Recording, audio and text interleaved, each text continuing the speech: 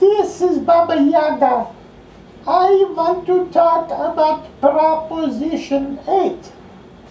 Proposition 8 make big trouble only because smart people, Mormons, very smart people. No, marriage is between man and woman, and woman, and woman, and woman, and woman, and woman, and woman.